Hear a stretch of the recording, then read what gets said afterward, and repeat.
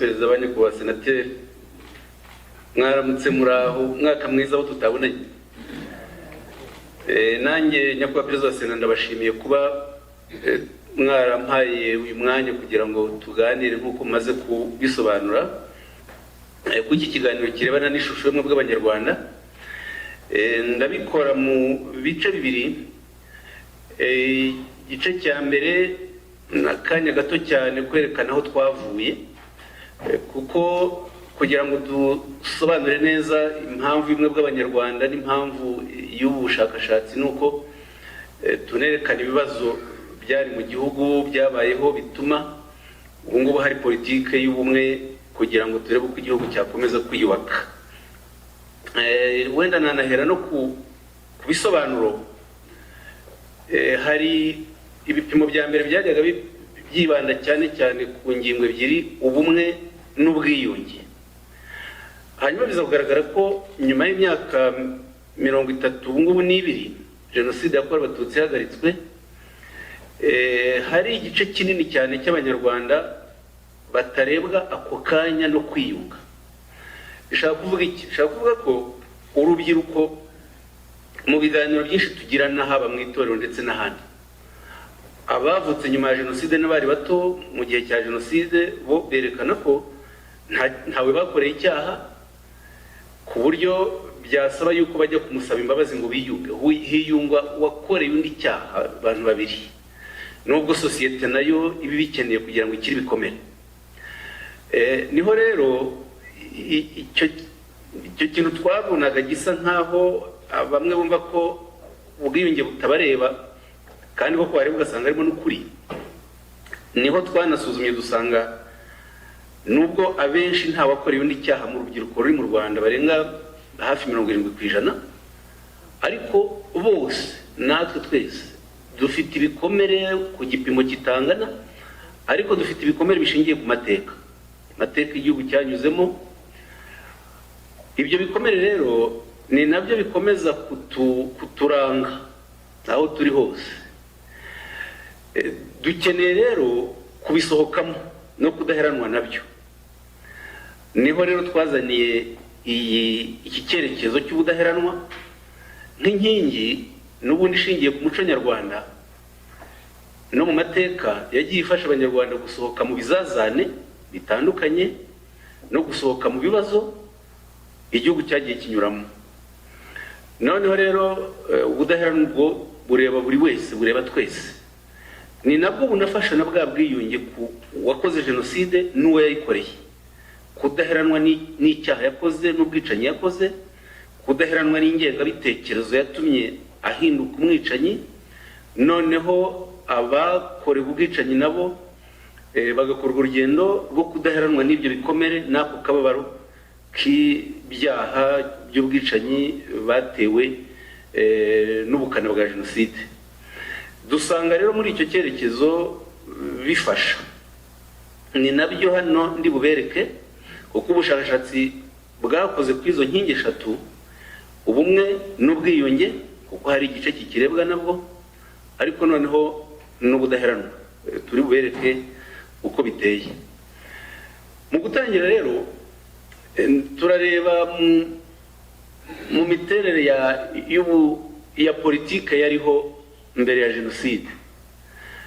Guhera muri 1990, bamwe wenda murabizi, ibihugu byakoreshaga igifaransa harimo n'u Rwanda. Perezida Mitterrand yabatumiye mu kwezi kwa gatandatu 1990 i Paris, ahitwa Rabore. Niyo nama ya Rabore, Mitterrand yababwiye ati abatazashyira demokarasi mu bihugu byabo inkunga nzayigabanya. Noneho Perezida Habyarimana ibyo yarabyumvise, aje ageze mu Rwanda yakoze ibintu bibiri. Cya mbere yasabye inzego z'iperereza, niyo raporo ugiye kubereka mperaho gatoya, yasabye inzego z'iperereza kumurebera imyumvire Abanyarwanda bafite ku kintu kijyanye na demokarasi, niba hari impinduka zikenewe n'uko zaba zimeze izo arizo. Noneho inzego z'iperereza zikora icukumbura mu gihugu, babaza abantu mu buryo bw'ibanga, hanyuma mukorera raporo. iyi raporo impamvu nazanye bimwe mu bigize kwa perezida wa Sena irerekana imyumvire ariho mu gihugu icyo gihe, kandi mwumva ko ni raporo y'ibanga. Iyi myumvire rero ni nayo tubona ko iyo leta yariho icyo gihe iyitaho, mu by'ukuri nta na jenoside yari kuba, kuko bagaragaje ko hakenewe impinduka kandi hari ibintu bitagenda neza mu gihugu, ariko we arabisuzugura. Murabona ko raporo bayimuhaye bayikoze mu gihe cy'ukwezi, barihuse, bayita raporo y'iperereza rigamije kumenya uko abanyarwanda babona imiterere ya politike mu gihe gishize, muri iki gihe no mu gihe kizaza. Iriya ni inyito yayo, ntabwo ari igihe wayise kuriya, niko iyi raporo yitwa. Habaje rero abantu bakurikije imyuga yabo, imyaka, imibereho, igitsina, perefegitura, aho abantu batuye mu mujyi cyangwa mu cyaro, noneho no mu rwego rw'imirimo babaza abahinzi, abanyeshuri, abarimu, abakozi ba leta bo mu bigo byigenga, abanyapolitiki, abikorera, abanyamadini n'abasirikare. Murabona ko ibyiciro byose birimo. Havuyemo iki rero? Nafashe ingingo nkeya.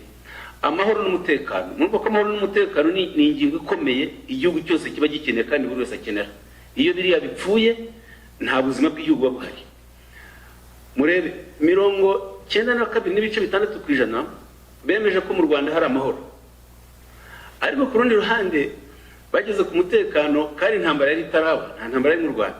91.2% baravuga ati nta mutekano uhari. Murumva uko kunyuranya, ariko niko abaturage babyumvaga kandi bashingiye ku bihari. Noneho bagaragaza n'impamvu bo babona nta mutekano uri mu Rwanda. Icyambere, murabona ko 96% bemeje ko mu gihugu hari inzara, kandi koko hari inzara, amatekano ntawo. N'impamvu bavuze ko hari inzara kandi yari koko muri prefegitura nyinshi, Gikongoro, Bugesera, hari inzara, abaturage inabica bakanasuhuka, ku buryo hari n'abavugaga ko hari inzara hariya barabiziraga, hari n'abo bafungwaga. Hari umunyamakuru witwa Randwari Nkomeje yakoraga kuri Radio Rwanda no muri Orenfor, yagiye mu Bugesera ajya ku Gikongoro arabyandika, inzego z'iperereza zaramurigishije na n'ubu ntawe ziyari. Randwari Nkomeje baramwishe kubera yuko yagaragaje ikibazo cy'inzara iri mu Rwanda. Abajya bakurikira umuziki, muzumva indirimbo yitwa Urwibutso rw'Umutoni, ni ya Randwari Nkomeje. Ariko twariganye mu seminari, bamwishe kuko yagaragaje ikibazo cy'inzara. Muri 90 mu kwezi kwa 9 niho bamurigishije. 87.6% bo bavuga ko ubucamanza bukora nabi, hakaba hari ruswa ndetse n'abacamanza badashoboye akazi. Biriya nabyo nibyo, kuko mu bucamanza bwo ruswa yari hari, ariko ikibazo cy'ubushobozi nacyo cyari gihari. Kuko nka imibare mfite niba nyibuka neza mu 94 mu nkiko ndetse no mu bushinjacyaha, abantu bari barize kaminuza bari bafite impamyabushobozi yo kuri rwego rwa lisansi mu nzego z'ubucamanza bari 44 gusa. 44. Urukiko, inkiko za kandi nizo zari nyinshi mu gihugu, ni nazo zakimuraga ibibazo ku rwego rw'ibanze. Nta mucamanza n'umwe wari warize amategeko muri universite hose mu gihugu. Muri 94 kwezi kwa 7 murabyumva rero yuko ubuswa na ruswa biraza bigahungabanya abaturage, bikabatera ibibazo ku butabera batabona.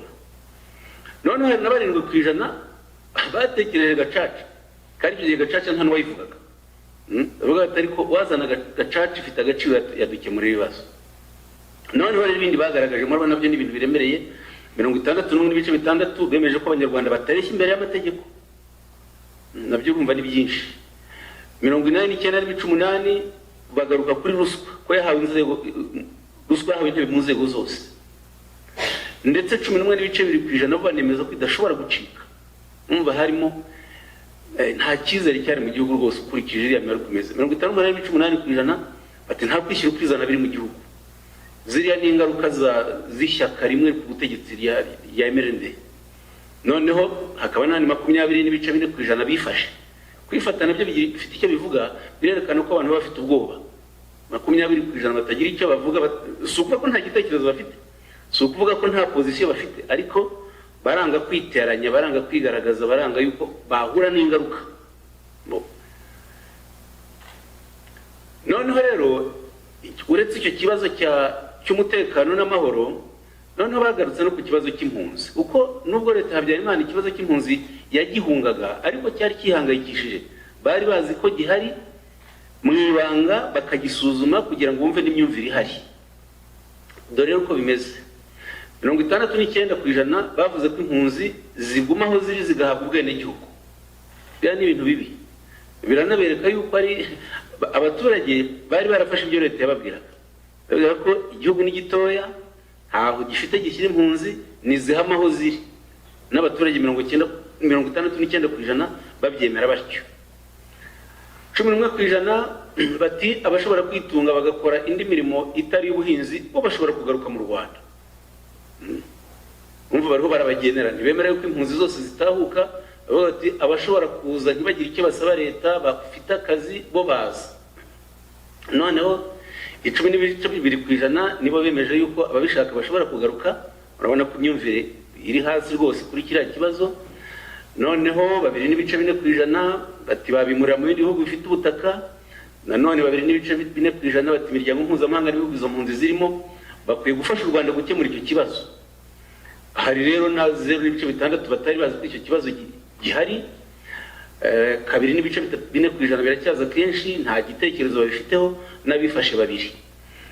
Impamvu iki kibazo cy'impunzi nacyo nakizanyemo no kugira ngo monire ya myumvire nuko na nubu nyuma y'imyaka 32 jenoside yakorewe Abatutsi yahagaritswe, abantu barwanya u Rwanda n'abapfobya jenoside yakorewe Abatutsi muzababona barimo umuhungu wa Habyarimana, Wazigira Nyirazo n'abandi. Ibyo bandika bavuga ko igihugu cyari gitekanye rwose, cyari gifite amahoro, ku butegetsi bwa Habyarimana bwari bwiza, bwitaye ku bibazo byose, ko ahubwo inkotanyi arizo zanduranyije zitera u Rwanda nk'igihugu cyari gitekanye, bacyanduranyaho bishakira ubutegetsi. Ntabwo bagaragaza uburemere bw'ibibazo byari mu Rwanda, harimo biriya by'umutekano muke, iby'inzara, cyane cyane iki kibazo cy'impunzi. Ikibazo cy'impunzi niho ruzingiye, ni hamwe mu ruzingiye. Aha rero icyo bigaragaza ni iki kibazo cy'impunzi nogera nkizo none mu kanya mbere, ku buryo leta yafashe amategeko mabi. Ubwo nkamwe nk'abari mu nteko ishinga amategeko biraza kubereka akamaro ko gushyiraho amategeko arengera rubanda, amategeko aca akarengane, kuko amategeko u Rwanda rwari rufite nk'uko ikibazo cy'impunzi yari amategeko mabi cyane. Iriya mbere yo tuyiteranyije dusanga 84.8% ni abantu batashakaga yuko impunzi zigaruka mu gihugu. 84 ni benshi. Babivanaga hehe? Ni mu mategeko, ni muri politiki ya leta, kuko leta kuva muri 61 ngiye kubibereka yashyizeho amabwiriza n'amategeko yambura impunzi uburenganzira ku gihugu no ku mitungo, ndetse akanabuza n'imiryango y'impunzi kuba basaba imitungo bene wabo basize bajya mu mahanga. Ingero nkeya, hari amabwiriza ya Minisitiri w'Ubucamanza nimero 2/1961 yo ku itariki 8 z'ukwa gatandatu 1961. Minisitiri w'Ubucamanza yari Anastase Makuza icyo gihe. Ariya mabwiriza aravuga iki? Ni amabwiriza yandikiye abanditsi b'inkiko n'abacamanza. Abanditsi b'inkiko akababwira ati umuturage uzazana ikibazo kirebana n'imitungo y'impunzi ntimugomba kucyakira no kucyandika mu bitabo by'inkiko. Ni ukuvuga ntibagomba kucyakira nk'ikibazo kigomba gusuzumwa. Ati kandi abacamanza namwe ibibazo byinjiye mu nkiko by'ibirego birebana n'imitungo y'impunzi byazanywe n'imiryango y'abo bantu cyangwa se impunzi ubwazo. Kuko impunzi hari igihe zabaga ziri mu mahanga ariko bagatuma umuntu wasigaye mu Rwanda bati tujyanira ikibazo mu rukiko. Noneho ategeka abacamanza ko urubanza nk'urwo batagomba kurwemera ngo basubize umuntu imitungo ye, no gutegeka abacamanza ati ikibazo cy'impunzi y'umututsi n'umuryango we wasigaye mu Rwanda kiri mu nkiko, ntabwo mugomba kuruca mu buryo bwiza buri bwo kuvuga ngo urasubirana imitungo yawe. Ati iyo mitungo nihabwe leta cyangwa se leta iyiha abandi baturage, iyiha abaturage, kuko nicyo byavugaga ko leta yitwara cyangwa ikayigabanya abaturage. Ibi rero byatujyana mu yindi ngingo itari ngombwa. Iyo mitungo y'impunzi abaparmehutu barayigabanye, barangije babishwaniramo, kuko wabaga afite amazu, hari amazu bagiye batwara, inka, bibatera ibibazo hagati yabo no gushwana. Iyo ni ingingo, ariko mwumva ikibazo kiri naho kiri. Minisitiri arandika ati mwabyumvise, imitungo y'abatutsi b'impunzi ntibagomba kwihabwa, ntibagomba kwisubirana, ni uburyo bwo kubaca burundu. Noneho Perezida Kayibanda aza kubona nkaho bidahagije, uri ku rusaride yihuse. Ku itariki 22 noneho n'eshatu z'ukwa kabiri 1966 noneho ashyiraho icyitwa itegeko teka. Muri icyo gihe perezida yari afite ububasha gushyiraho itegeko teka, vuga akanaryita aricyo itegeko teka ryabaga rifite ubwagaciro k'itegeko, kandi nta nteko nyine y'abashinga amategeko byabaga byaciyemo. Perezida yaryitaga aricyo, rikaba ari itegeko, ntabwo ari iteka, ni itegeko teka. Iri tegeko teka rya Kayibanda ryo ku itariki 23 z'ukwa kabiri 1966 ryaje rishimangira ibyo Minisitiri w'Ubucamanza Makuza yari yarashyize mu mabwiriza, noneho ribiha imbaraga z'itegeko. Ryo rero ryari remereye cyane, rirakaze, kuko iri tegeko teka rya Kayibanda ryo rirashinyagura, rikavuga ko abatutsi bahunze igihugu badashobora gusubirana imitungo yabo, ndetse ko kuba barahunze igihugu nibo babyiteye, nuko byanditse, ko igihugu kidashobora kwirengera ingaruka zo kuba bariteye ubuhunzi.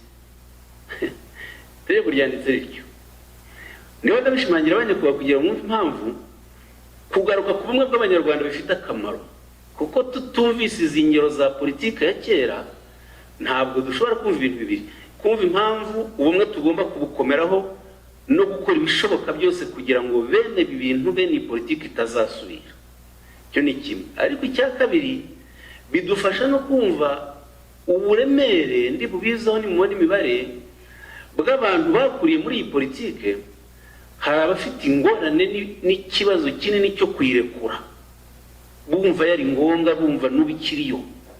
Abahungu ba Habyarimana, bambona mpeka, n'abari abuzukuru bambonye umutwa, nibi bakuriyemo, ni nibi bagishaka ko bihamaho.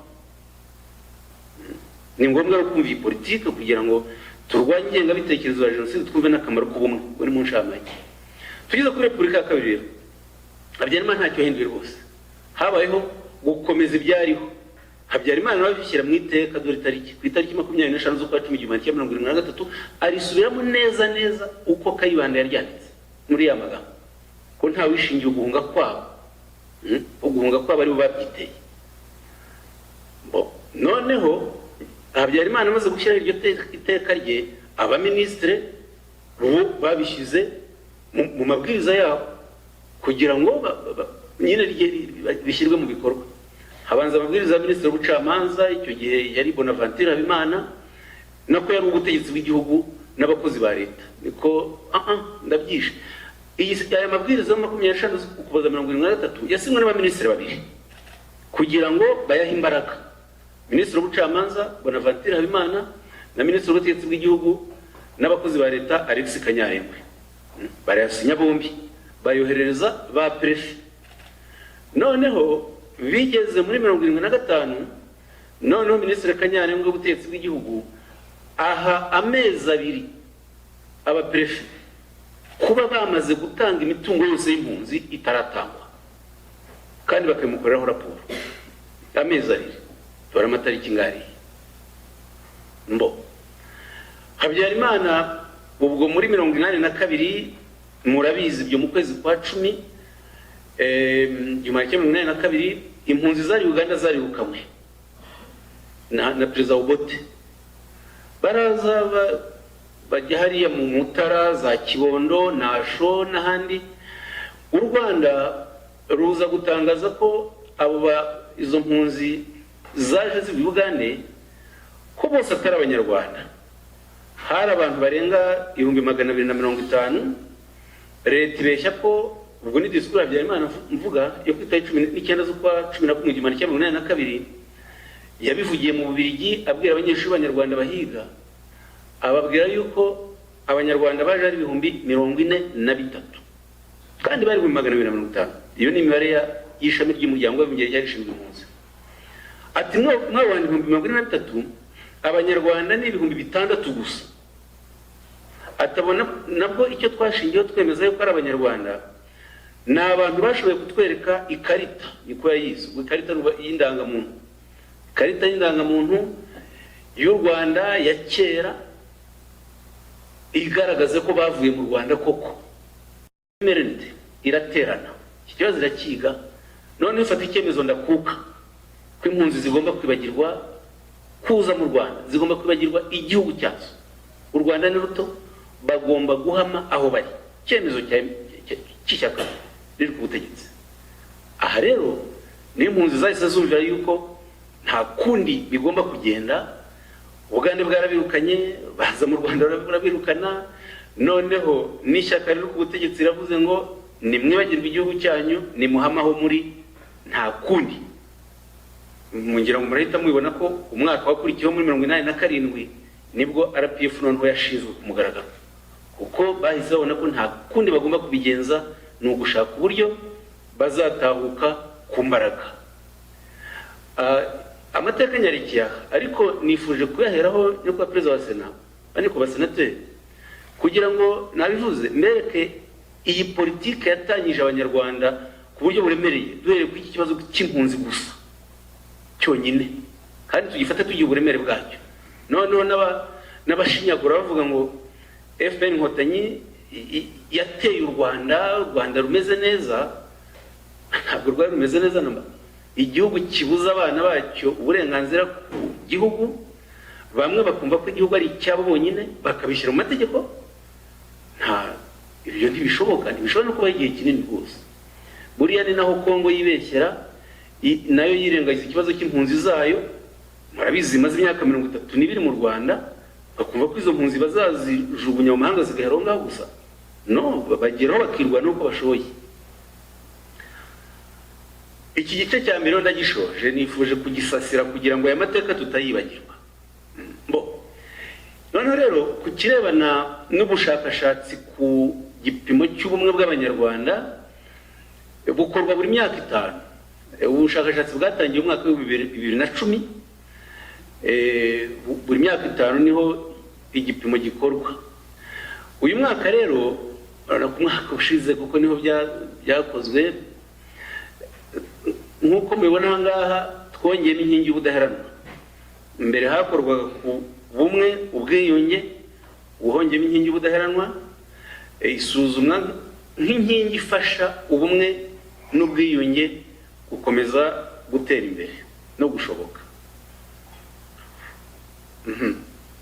Tunashyiramo ibipimo bishya. Ibibazo bishya bindi twongeyemo, tugenda impamvu binakorwa buri myaka 5 no kugira ngo tujye tureba mu myaka 5 ni ibihe bibazo by'ingenzi byagaragaye bibanga bimwe bw'abanyarwanda abantu bakwiye kwitaho. Mu bibazo rero bishya twari twarabonye, noneho twanakoze mu bushakashatsi, hakunze kugaragara ikibazo cy'ihohoterwa ry'abacitse ku icumu. Ikibazo kibaho iteka rwose, haba mu kubabwira amagambo aseseretsa akomeretsa, haba n'ibibazo by'urugomo, kwica, byagiye biza. Tuza no kukirebana n'ingengabitekerezo ya jenoside kwizwa ku mbuga nkoranyambaga. Iki nacyo bagize icyo bakivugaho. Noneho n'ibibazo bigaragara bishingiye mu madini, amatorero n'imiryango ishingiye ku myemerere. Ibibazo nabyo by'imikorere mibi yamwe mu madini biza bicamo abanyarwanda ibice ku buryo bugaragara. Harimo ikibazo cy'imyitwarire mu rubyiruko, gutakaza indangagaciro, hazamo ikibazo cy'ubusinzi, ibiyobyabwenge, uburaya, noneho rero n'ibikomere bishingiye ku mateka, iki nacyo ni ikibazo gikunze guhoraho. Ibi biri mu bibazo twongeye mu uyu mwaka. Next. Kuri methodology niho nkiri, habajijwe abantu 12,300. Iyi mibare twanifashije ikigo cy'igihugu kibarurisha mibare kimenyereza statistique ku bipimo mpuzamahanga biri standard bishingirwaho muri ankete nk'izi ngizi. Hari abo twabajije tubasanze mu ngo zabo, hanyuma hari n'abasanzwe mu bigo, abo mu ngo 8,100 no mu bigo bitandukanye 4,200. Nyuma rero ya buriya bushakashatsi hakozwe no guhuza abantu mu biganiro kugira ngo batange ibisobanuro birambuye, kubera ko mu bushakashatsi henshi ikibazo umuntu arabaza undi agasubiza yego cyangwa ya, ariko iyo ibyo birangiye hagiye hahuzwa abantu mu matsinda cyangwa ku giti cyabo kugira ngo bashobore gusobanura impamvu ku ngingo izi n'izi. Ibi biganiro bifasha yuko abantu batanga ibisobanuro birambuye, natwe bikadufasha mu isesengura dukora rigaragaza icyerekezo uko giteye. Noneho hitawe no ku byiciro by'imyaka, ndetse murabona ko igitsina gore habajijwe 52%, urubyiruko ruri hagati y'imyaka 18 na 30 47%, abagabo 48%, noneho n'abarengeje imyaka 35 53%. Murabona ko ikiri burimo mu byiciro by'imyaka y'ababajijwe. N'amashuri rero, amashuri bize abenshi muri bo nabize amashuri abanza 38%, ayisumbuye 26%, abatarize amashuri abanza n'ayisumbuye 21%. Ko barahari, turacyafite ikibazo cy'abantu bari analphabete, tugomba gukomeza kurwanya nabo tubihereye mu bana batoya, abana batishuri. Abona ko mu bushakashatsi nk'ubu ngubu habazwa abantu bangana kuriya tukabonamo 21% batize, ntabwo ari byiza. Hanyuma abize kaminuza 14%, n'abize amashuri y'ubumenyingiro 2% bo ni bake. Noneho rero no kubijyanye n'amadini n'imyemerere, ibi ni bibiri mu bibazo tubabaza kugira ngo abantu bamenyekane icyiciro barimo. Murabona ko abenshi ni abanyagatulika 48%, abapantekote, ADPR murabona ko igenda igira igipimo kinini mu gihugu, ariko nta kibazo giye binteye hata. Amadini nyafata kimwe, 24%, abadivantiste 13%, abanglikani 9%, abapresbyteriani 3%, abayisilamu 3%, abametodiste 2%, andi madini 2%, ababatista 2%, umuyehova 1%, abavuga ko batakiri mu idini na rimwe, n'abatakiri abayoboke, ubwo nanjye mbarizwamo, nabo mu idini gakondo. Idini gakondo nta numwe twabonye, ariko nabo barahari. Mujya mubona Rutanga abyigisha. Nuko noneho rero tugeze aho ruzingiye. Imibare ni myiza rwose, igipimo cy'umwaka ni cyiza cy'imyaka 5 ishize.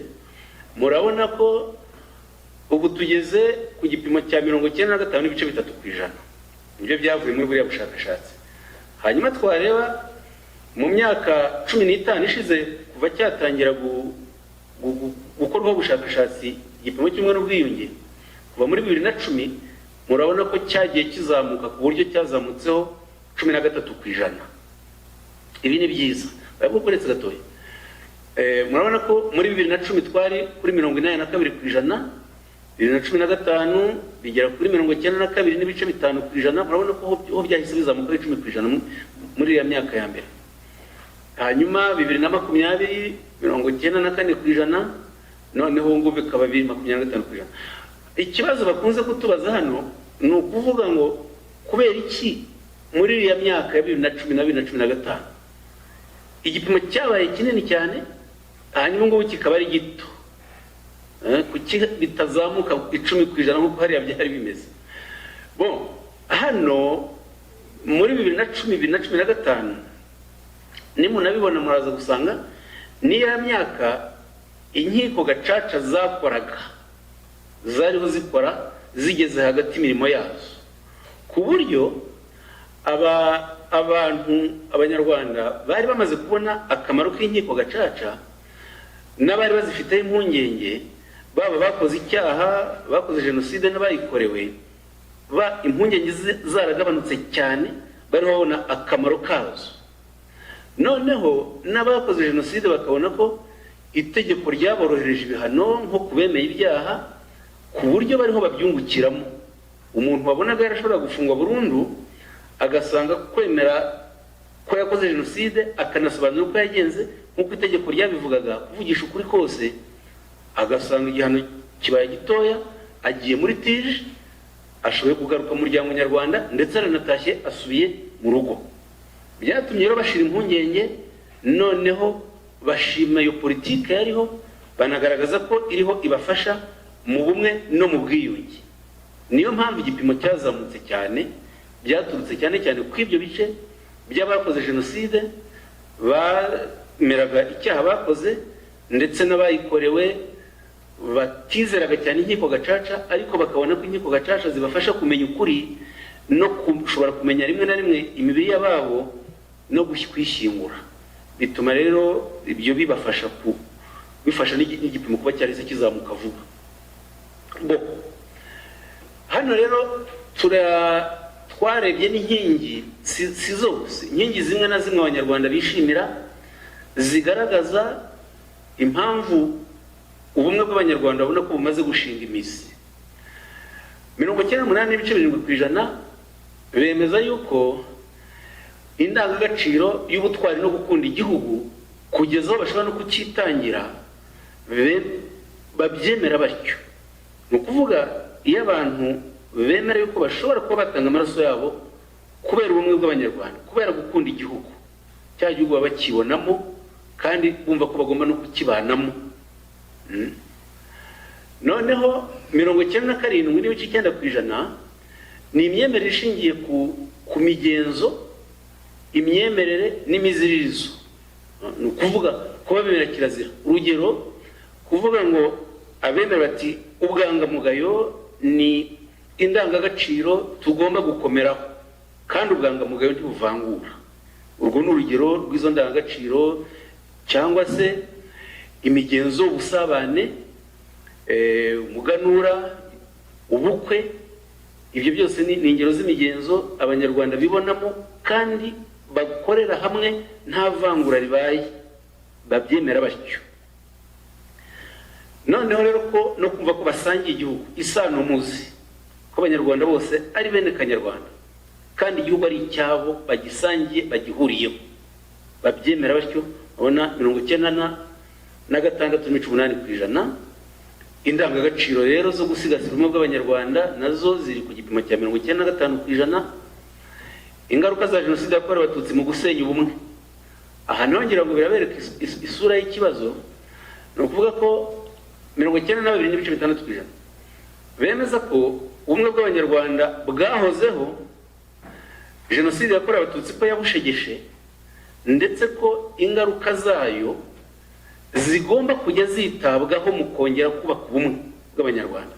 Nicyo bivuga, kutazirengagiza ko ingaruka za jenoside yakorewe abatutsi zigomba kwitabwaho kugira ngo ubumwe butazongera gusenywa, kandi n'icyabushenye gikomeze kimenyekane kandi kirindwe. Harimo amashyaka ya politike.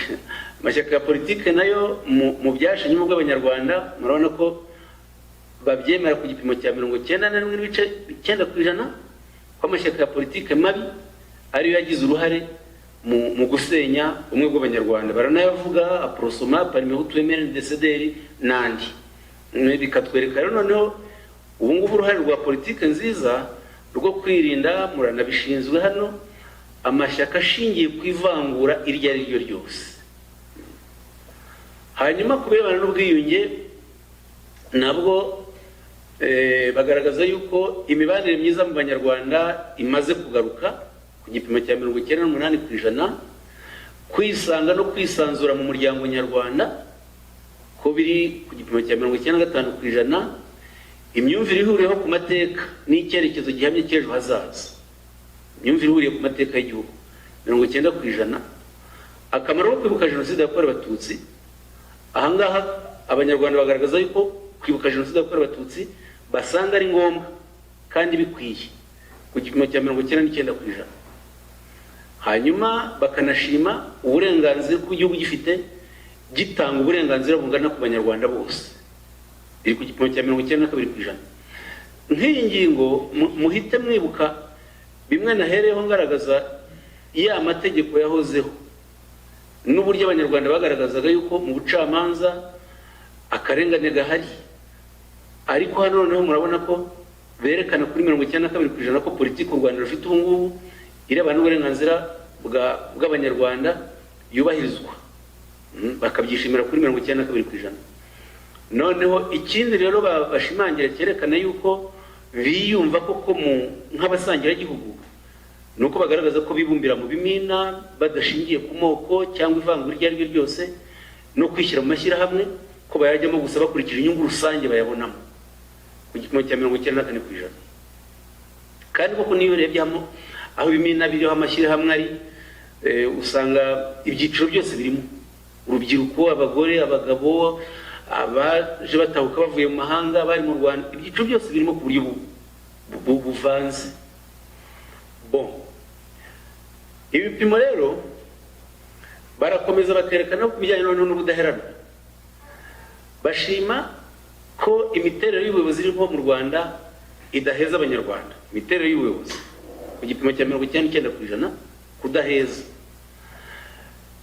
Hari noneho 98% ko hari umuco w'ibiganiro no gukemura amakimbirane no gufata ibyemezo binyuze mu bwumvikane. Aha niho bagaragaza akamaro k'inteko z'abaturage, cyane cyane mu midugudu no mu tugari. Noneho bagashima nanone ku gipimo cya 98% ko abaturage bahagarariwe mu nzego zifata ibyemezo kandi bazibonamo. Ahangaha bashima cyane inama y'igihugu y'umushyikirano, bayigarutseho kenshi nk'ahantu abaturage batanga ibitekerezo byabo. Bashima ko abayobozi bamanuka bakajya bagasanga abaturage nta vangura. Urabona ko biri ku gipimo cya 97%.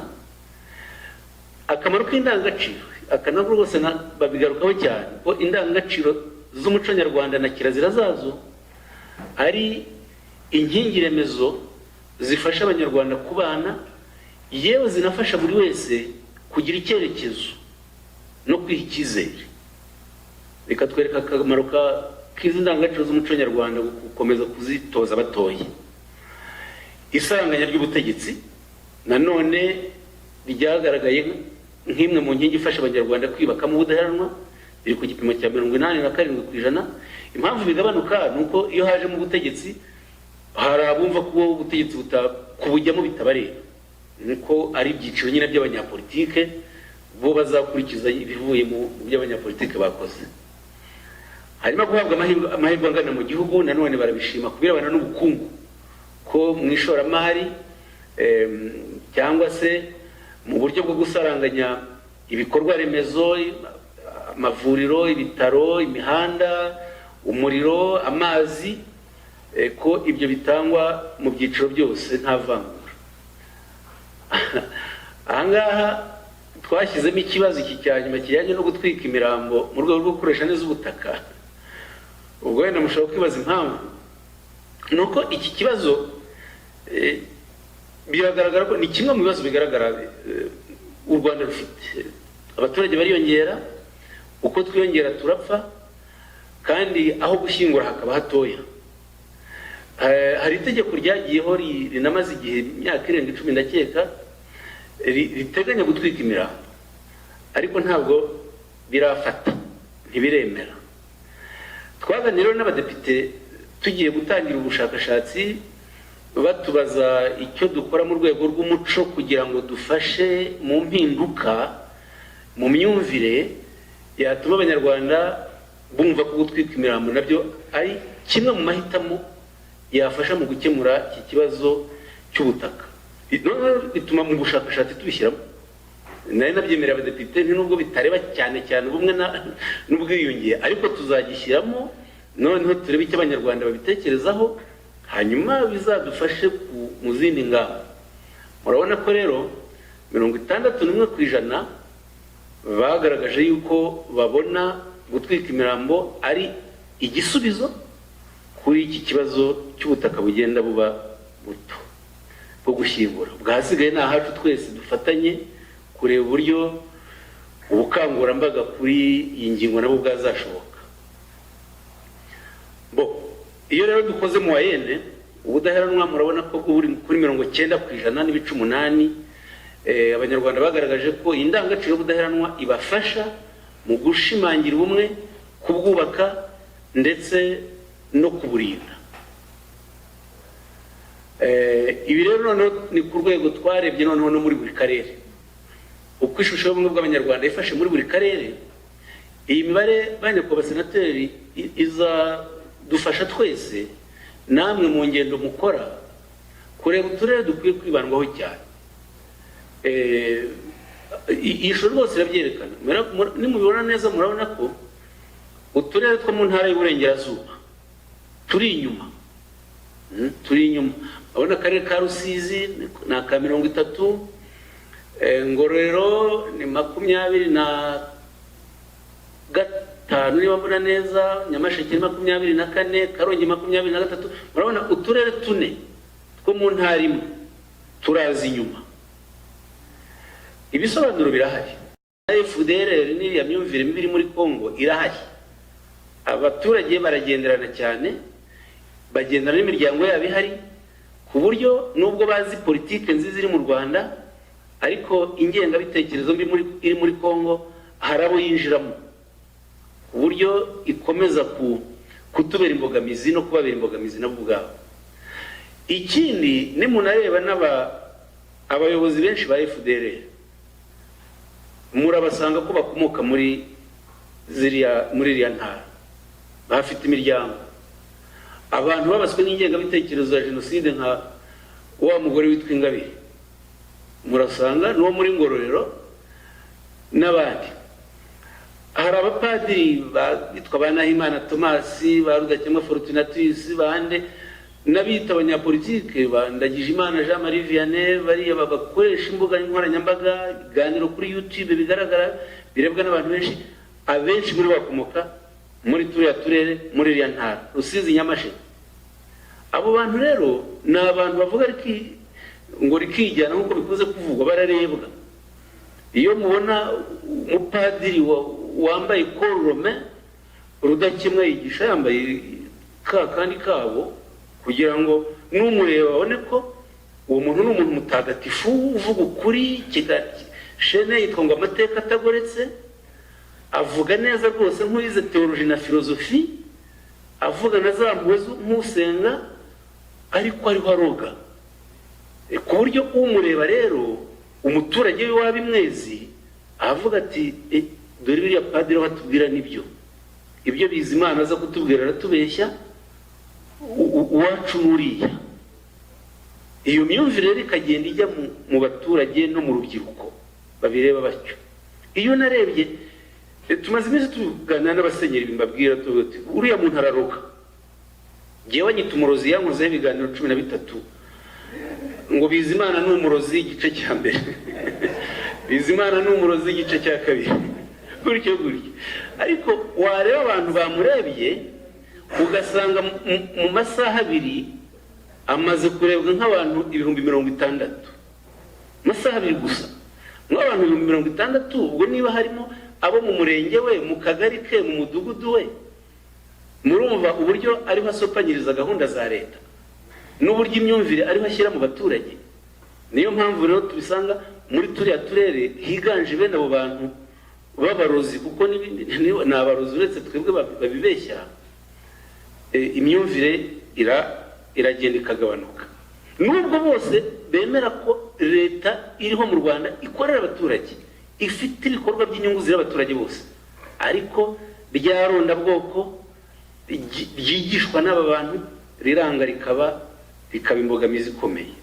dufite rero inshingano yo kujya tubivugisha ukuri rwose. Abasenyeri twabibaganirije mu kuri, tubereka n'imibare. Jye nafashe ibiganiro by'umwaka wose, umwe gusa, mbikorera isesengura ndabibaha. Nimurebe ibi bintu uyu muntu avuga yambaye umwambaro w'idini, kuko biteye ubwoba. Biteye ubwoba. Ntabwo umuntu ashobora kuba akigisha urukundo, ntabwo urukundo adafite muri we. Jyewe aragenda akanampimbira amateka y'ababyeyi banjye atarigeze abaho, agahimba yuko ngo nabaye imfubyi ndi uruhinja, ngo noswa n'umuhutukazi, ngo none narabatatiye. Reka reka reka, ababyeyi banjye bombi babishe ku itariki 21 z'ukwa 4 1994. Sinigeze imfubyi na buke, ariko byarabihimba kandi byarakwiriye. Nino hari ababyemera batyo, sinigeze imfubyi nagizwe n'abajenosideri. Ariko mwumva umuntu urwo rugero mfashe, uwo muntu araroga, arangiza. Ubasanga rero biganje muri turiya turere. Nitugereranya n'intara y'Iburasirazuba, ahafite intara y'Iburasirazuba murabona ko yo iri hejuru, iri imbere imeze neza cyane, kuko ho ntabwo hasanga abo bantu twakwita aba influencers bafite ibiganiro bibi, inyandiko mbi, imbuga nkoranyambaga mbi, ntabwo, bigatuma n'imyumvire y'abaturage izamuka ku gipimo cyiza. Ziriya ntara rero kimwe n'amajyaruguru n'uburengerazuba dukwiye kuhibanda mu biganiro, abaturage bakaganirizwa, kuko bo bararengana. Bakaganirizwa. Ubwiza bwa leta barabubona, nabibabwiye. Bakeneye gusa icyitwa mindset, imyumvire, no kubasobanurira tutabitinya ububi bw'ibi biganiro, no kubyerekana ibyaba bavuga ukabiheraho uriho ubigisha. Dukwiye rero iki? Dukwiye kwiheraho tugahinduka, noneho ku buryo waba ugiye no kwigisha abaturage, ukubasobanurira ukagenda nawe wumva ko ubyemera, nawe wahindutse, utafite indimi ebyiri cyangwa utambaye impe ebyiri, ujyanye ukuri koko kw'amateka n'ukuri kubiriho mu Rwanda n'ukuri kw'icyerekezo cy'ubuyobozi. Naho usanga natwe dufite abantu bafite double langage, basanga ibyo tuganira hano nagera ku ruhande ibyo ndiho mbwira undi cyangwa nibonamo si bimwe. Icyo turagifite, kandi noneho n'abaturage ushinzwe barabibona, cyane cyane urubyiruko n'abana beza. Iyo tuganira nabo mu itorero baje batubwira ati ariko twebwe no mu mashuri ye, bati twe muraturenganya, nimubanze mwebwe mugende mwivure. Ati mwivure, kuko ibi biganiro muduha iyo tugeze muhira, bamwe mu babyeyi batubwira ibindi. Rero turafata iki tureka iki? Numva ko dufite uwo muhamagaro, reka mwitegure icyo niba ubaho wo kugira ngo impinduka tuzishakemo twebwe ubwacu. Aha ngira ngo murabibona ko nibyo ravuga mu kamera, ko intara y'Iburasirazuba ibibazo rwose ntabyo ifite, iri ku gipimo cyiza. Amajyaruguru, amajyepfo ho ibiremereye cyane. Mu majyepfo ni ibintu bibiri. Amajyepfo niyo ntara buriya ubukana bwa jenoside bwagizemo bwabaye bwinshi cyane, kuko niyo ntara yari ifite abatutsi benshi. Jenoside rero yarahashegeshe, umuntu hasanga umubare munini w'abapfakazi kandi bakennye. Izo ngaruka rero z'ubukana bwa jenoside zirahari. Noneho ni naho ya mashyaka ya politike mabi yarashingiye ku irondabwoko no kwivangura, niho yashingiwe, ku buryo iyo ugeze i Butare, Gisagara, Huye, imizi ya prosoma mbi irahari.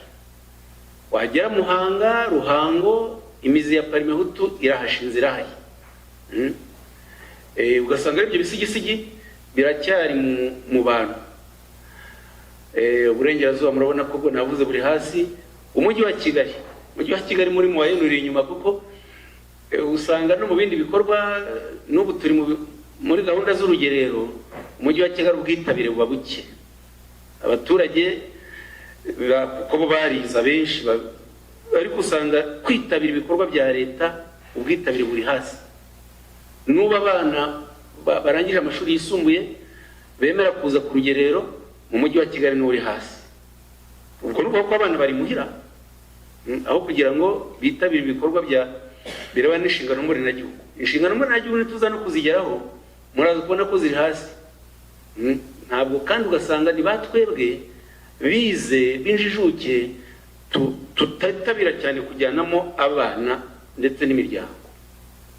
Umujyi wa Kigali ukeneye mobilisation nini. Ibi ngibi ngiye kugenda kwa perezida aho nihuta ni ibi y'abaturage byo twabonye biri ku gipimo kinini cyane, noneho byanadufasha gukomeza kubishimangira. 100% bemeje ko baterwa ishema no kuba abanyarwanda, ndetse banemeza ko ikinyarwanda ari inkingi ya mwamba ibumbatiye ubumwe bw'abanyarwanda. Kuko ishema ryo kuba abanyarwanda byemeje 100%. Ikinyarwanda nk'ururimi ruduhuza, rutuma twumvikana hagati yacu, rutuma uva iburasirazuba ukajya mu majyaruguru ukajya hose ukashobora kumvikana n'undi udasabye umusemuzi. Ni amahirwe akomeye. Dufite rero inshingano yo kugira ngo iki kinyarwanda ngira mwabonye ko kwa perezida wa Repubulika yongeye kubitwutsa no kwidukangurira. Ikinyarwanda kiriho kiragenda kizamwo ibintu by'ibyonyi bicyangiza. Dufatanye tukirengere tukigisha urubyiruko tukibatoze cyoye kwangirika. 99% bemeza ko gahunda z'uburere mboneragihugu nk'itorero na Ubunyarwanda ko zifite akamaro mu kubaka ubumwe bw'abanyarwanda. Ngira ngo iki buri wese aracyumva. 98% bemeza ko hari ubushake bwa politiki bwo kubaka ubumwe bw'abanyarwanda. Kuba hari ubushake bwa politiki ni iki? Kuba abaturage babibona batyo bwo burahari koko, ariko no kuba abaturage babona ko buhari birerekana ko abaturage bibona mu buyobozi. Hanyuma 98% none anafashe ibipimo byinshi hejuru ya 95. Aba niyo ndimwe n'amwe twafashe bemeje ko baterwa ishema n'intwari zitangiye igihugu zigahagarika jenoside. Bemeje ko jenoside yakorewe abatutsi yateguwe, aho ni hose ni kuri 98%.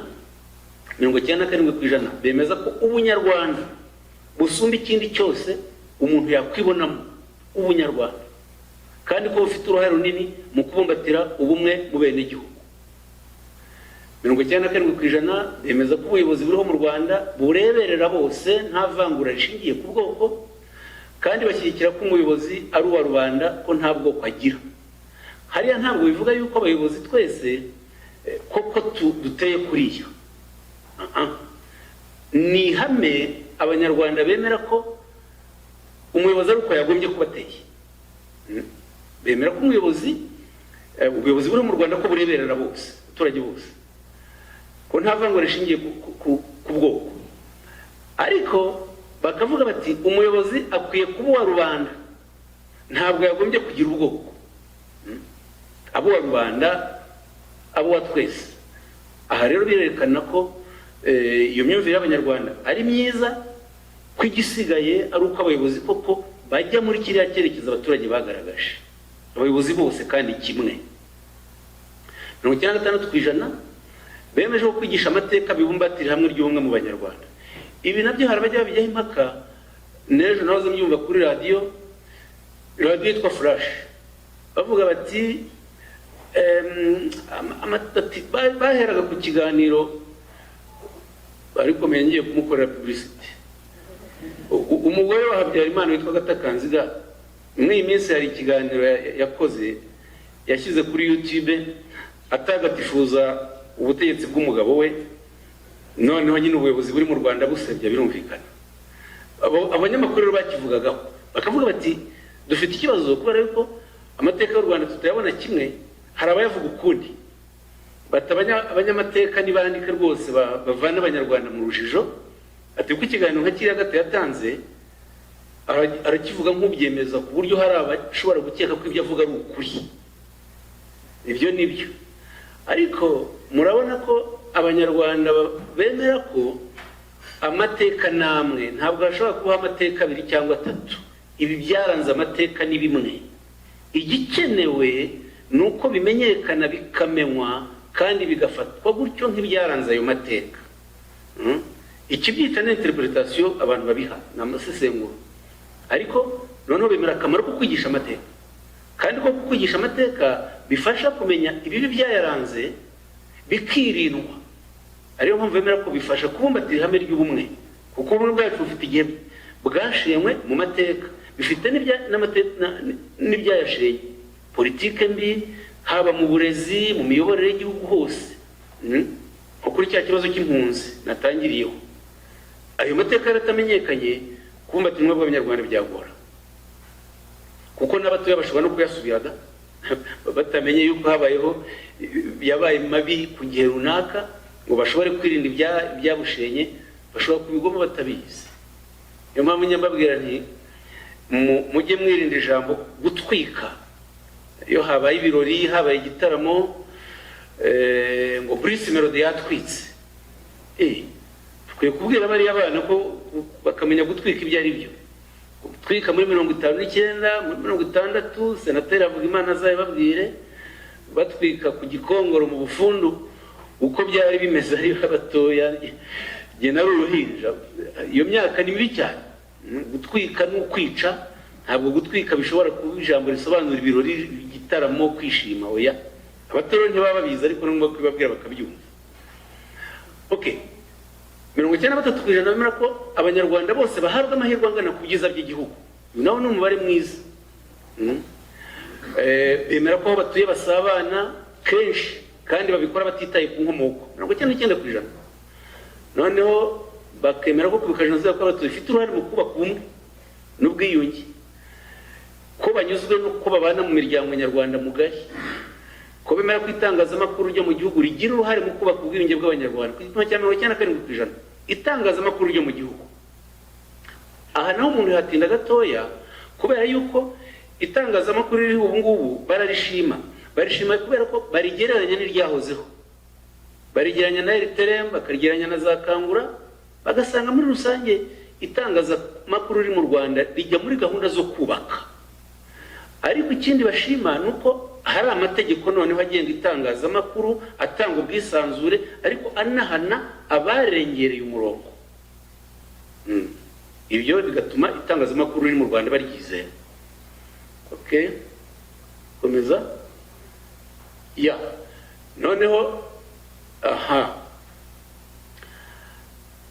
naho ni heza. Murabona ko ku gipimo cya 95% abanyarwanda bemera ko abafuzwe bazira icyaha cya jenoside yakorewe abatutsi bakarangiza ibihano, bisanga mu muryango nyarwanda bakakirwa nta kubishisha. Ibi bituruka ku mpamvu nyinshi. Bituruka ko abanyarwanda muri rusange bamaze gusobanurirwa ko uwarangije igihano, abanyine yarangije igihano cye, akwiye kwakirwa akaba umunyarwanda nk'abandi. Ariko hari nuko aba bantu iyo bafunguye ubu tumara ukwezi kose inzego zijya kubaganiriza, tubahuriza, ngira ngo hano twaranabiganiriye, tubahuriza mu igororero rimwe rya Nyamasheke. Nyamasheke nta mpamvu yindi nuko niho hari umwanya. Mu igororero rishya ryubatswe vuba rifite umwanya uhagije, noneho bakaganizwa kuri gahunda z'igihugu, bakanozwa n'imiryango yabo.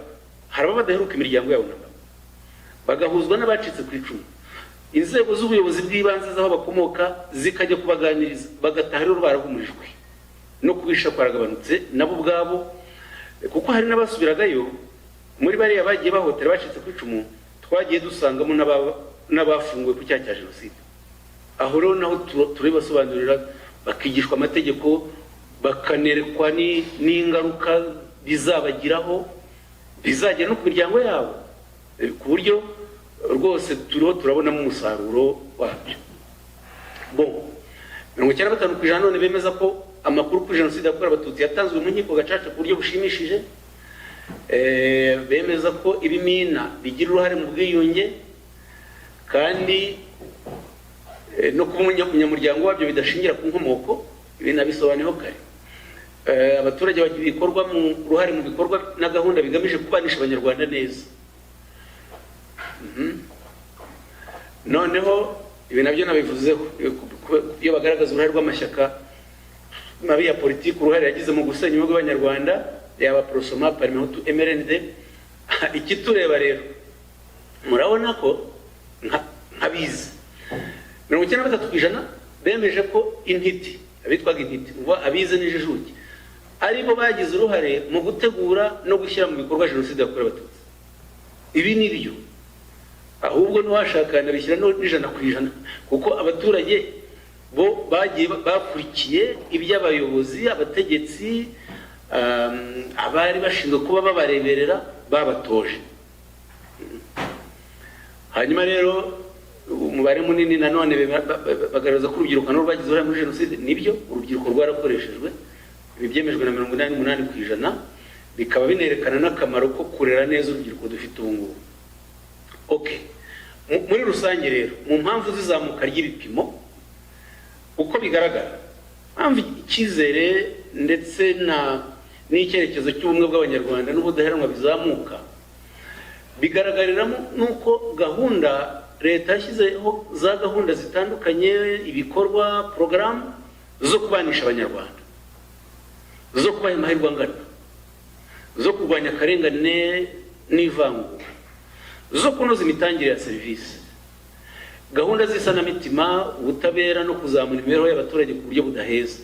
Ibi ni ingingo 5 ziza ku isonga mu gufasha abaturage kwibona mu gihugu no kwibona ko ari bamwe, kandi igihugu kibakorera mu buryo bungana buteye kimwe. Izi gahunda rero dukwiye gukomeza kuzishimangira no kuzitaho cyane. Mwabona nanone ibindi bipimo dukomeza ahangaha. Nanone bashima ko gahunda yashyizeho nako leta yashyizeho gahunda zo kubaka umutekano n'ituze bihamye mu gihugu hose, kuzamura ubukungu n'ishoramari n'iterambere, ibikorwa remezo bigenewe abaturage birimo amazi, umuriro, amavuriro, imihanda, kuzamura siporo, umuco n'ubukerarugendo, guteza imbere ubuvuzi n'ubworozi mu gihugu. Biriya ni porogaramu zimwe twafashe muzi abanyarwanda bishimira, zerekana icyizere bafitiye ubuyobozi ku buryo bibafasha kubaka no gushimangira ubumwe bwabo. Ku budaheranwa rero nk'inkingi bafasha gukomeza kurwana n'ingaruka z'amateka no gushimangira ubumwe bwabo, murabona ko nanone imiterere y'ubuyobozi buri mu Rwanda idaheza iza ku isonga, ingamba z'ubukungu z'igihugu zizirikana ibyiciro byose by'imibereho y'abanyarwanda, kuba u Rwanda rwimakaza umuco w'ibiganiro, gukemura amakimbirane no gufata ibyemezo binyuze mu bwumvikane, kuba abaturage bahagarariwe mu nzego zifata ibyemezo kandi bakaba bazibonamo, nabyo biri mu bifasha igihugu kigendera ku mategeko twabivuze, indangagaciro na kirazira, isaranganya ry'ubutegetsi, guhabwa amahirwe angana mu bukungu. Mbega ibi bipimo byagiye biza uko twakoraga ku nkingi n'abaturage mu bikorwa byubaka igihugu. Murabona ko muri 2020 byari kuri 90%, ubu kuri 97%. Gusaba imbabazi no kuzitanga ku cyaha cya jenoside nabyo byarazamutse. Gukira ibikomere niho hakiri ingorane gatoya, ariko nabo murabona ko bizamuka gahoro, byari kuri 86%, ubu kuri 88%. Niho ndajya aho turangiriza. Noneho yo gushyira imbaraga cyane, hatugaragariye ko imibare iri hasi. 40% basanga imbuga nkoranyambaga zikorera hanze y'igihugu zigira uruhare mu gusenya ubumwe n'ubwiyunge bw'abanyarwanda. 40% bishobora no kuba birenga, ariko aha niko babigaragaje. Ubwo ni za mbuga zaba rudakemwa navuze mu mwanya washize, uko biriya biganiro bitangirwa mu mahanga ko bituvangira rwose. 38% aha naho ntabwo ari heza, bemeje ko bakoze ibyaha bya jenoside bagitsimbaraye ku ngengabitekerezo y'irondabwoko n'ivangura. 38% by'abakoze jenoside bakemera ideoloji ya Hutu power, ko igihugu ari icya Gahutu, bakibyemera batyo, ko ndetse biramutse binabaye ngombwa bakongera. Ariko ntibinabatera ubwoba cyane, kuko uyu mubare w'abakoze jenoside si munini ugereranyije nuko abanyarwanda tungana n'ubwo 12,000,000 zirenga. Sinabake, ariko si munini ku buryo wagira impact mu bumwe bw'abanyarwanda. Ariko kuba batarakira kuri kiriya gipimo ntabwo ari byiza. 36% bo bemeje ko abafite ababyeyi bakoze jenoside ntibemera uruhare rwabo, iki kibazo nacyo kirahari. Abana bamwe bafite ababyeyi bakoze jenoside, yewe si abakoze jenoside yakorewe Abatutsi mu 1994 gusa, ahubwo ni n'abavuka kuri ba banyamashyaka ba kera zaba Parmehutu na Prosoma, nabo hari abagifite imyumvire irengera iryo rondabwoko ryahozeho rya kera. Biragaragara yuko muri kwa gukira ibikomere bwa budaheranwa ubureba n'iki cyiciro cy'abafite ababyeyi bagize uruhare rubi mu mateka mabi yaranze u Rwanda. Iki cyiciro abuzukuru bambonye umutwa ni muzabona uburyo babikomeyeho. Uriya baracyakomeye kuri Parmehutu, kandi ntacyo Parmehutu yazaniye u Rwanda ariko cyiza, ariko abari muri jambo wa SDR ni abuzukuru bambonye umutwa. Abuzukuru rero hagize n'abandi bakomeza batyo, barabona ko iki kibazo kitahagarara. Bariya buriya nuko bari mu mahanga bagashobora kuba babivuga, ariko wasanga hari n'abari hano mu Rwanda nabo babitekereza batyo. Hari n'abajya babimbwira giyewe cyangwa ugasanga umuntu aranyataka. Bo 34% bemeje ko abarangije ibihano bagasubira mu muryango nyarwanda bagitsimbaraye ku rwango. Murabona birasa na biriya byo hejuru kiriya gipimo cya 98 bagaragara irondabwoko. Noneho rero ku kibazo cya kirebana n'inshingano mboneragihugu nigeze kukibabwiraho mu kanya gashize mbaho urugero rw'urugerero, hano ko abanyarwanda 32% batazi inshingano mboneragihugu icyo ari cyo.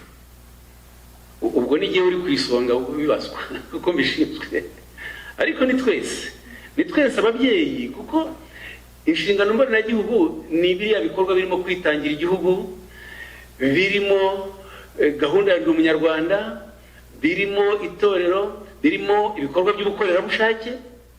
Ibyo byose nizo nshingano mboneragihugu. Ariko kuba abanyarwanda batarumva icyo bisobanuye, biragaragaza yuko tugomba gushyira imbaraga mu kumvisha abanyarwanda inshingano mboneragihugu icyo ari cyo, ibikorwa bizigize n'akamaro bifite. Kuba rero urubyiruko rwacu ubu ababyeyi bajijinganya kujyana abana mu rugerero, nacyo ni igipimo kitari cyiza. Ubu turanatekereza uburyo bwo gushyiraho itegeko rizagenga ibi bikorwa by'ubukorerabushake n'inshingano mboneragihugu, ku buryo nk'urugerero uriya abanyamakuru ndabizi nicyo bari bufate gusa.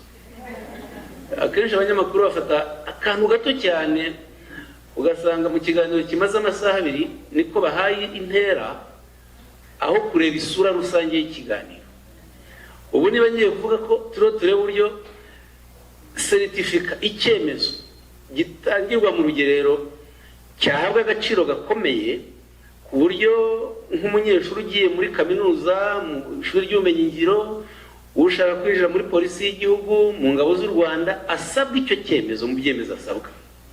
Byatuma ubwitabire bwiyongera, ariko noneho n'ubwo burere izo nshingano mboneragihugu zikaba zihawe agaciro zikwiye koko. Turabitekereza gutyo ku buryo byazajya mu itegeko. Abanyamakuru baza gushaka babyandike, ariko babisobanure neza kandi bari cyo cyonyine bafata. Bon, 45% baracyagaragaza yuko hari ibikomere mu barokotse jenoside yakorewe Abatutsi. Iki gipimo kandi ugasanga no mu bundi bushakashatsi bukorwa nk'ubwakozwe na Unity Club Intwaro muri 2023, aho bwagaragaza ko buri kuri 31% ibikomere mu bacitse ku icumu. Nabyo bwo murabona yuko ari ingingo dukwiye gukomeza kwitaho muri gahunda za leta, iz'ibigo bitari bya leta n'iby'abikorera. Imyanzuro rero, ibitekerezo, ibyifuzo, imyanzuro nama, icyambere ni ugushimangira no kwagura gahunda yo kwigisha urubyiruko indangagaciro na kirazira by'umuco nyarwanda, amateka y'igihugu n'ururimi rw'ikinyarwanda rubumbatiye ubumwe bw'abenegihugu. Ukangurira urubyiruko kugira uruhare ruhoraho mu bikorwa bigamije kubaka ubumwe bw'abanyarwanda bahereye mu miryango. Guhera mu miryango bifite akamaro hano, aho batuye n'aho bakorera. Gukomeza gahunda zo kwimakaza ubumwe bw'abanyarwanda zirwanya ingengabitekerezo ya jenoside, harimo Ndi Umunyarwanda n'ibiganiro mu nzego zose, byigisha ukuri kw'amateka, hibandwa cyane ku nyigisho zitesha agaciro kwibona mu moko, mu idini, mu karere no mu byonyi byose bisenya umwuga w'Abanyarwanda.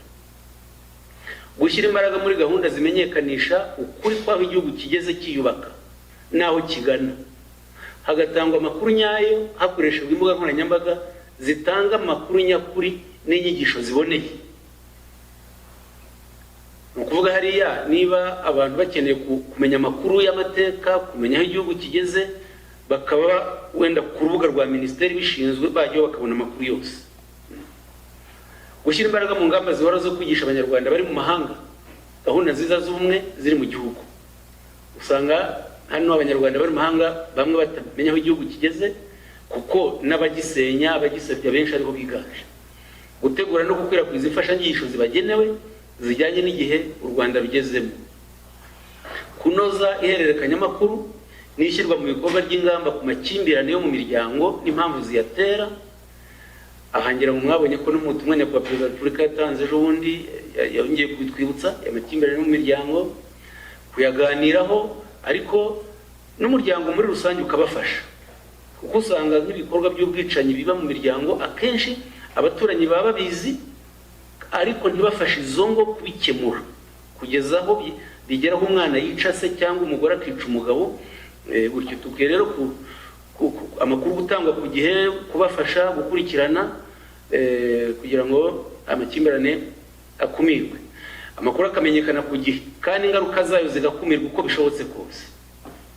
Kunoza imikorere y'itorero ryo ku mudugudu, mu mashuri no mu zindi gahunda zegerejwe abaturage kugira ngo indangagaciro na kirazira z'umuco nyarwanda zijye mu buzima bwa buri munsi bw'abaturage. Noneho gushimangira gahunda ya mvura nkuvure ifasha abarokotse Jenoside yakorewe Abatutsi bagifite ibikomere. Icyifuzo nama kisoza ni ugushyira imbaraga mu biganiro bihuza ibyiciro byose by'abaturage mu nzego z'ibanze, hitabwa ku gushishikariza ababyeyi kwemera ukuri kw'amateka mabi yaranze u Rwanda no kubwiza abana ukuri ku mateka ya Jenoside yakorewe Abatutsi n'uruhare rwabo ku bayikoze, kwita ku mwihariko wa gahunda zihuza abishe n'abiciwe, himakazwa umubano ushingiye ku budaheranwa. Twabashyira umugani w'ikinyarwanda murawizi ngo ushize impumu yibagirwa icyamwirukankanaga. Ubu ngubu tugeze heza rwose, ngira ngo mwabibonye aho igipimo kigeze, ariko mwibuka aho twavuye.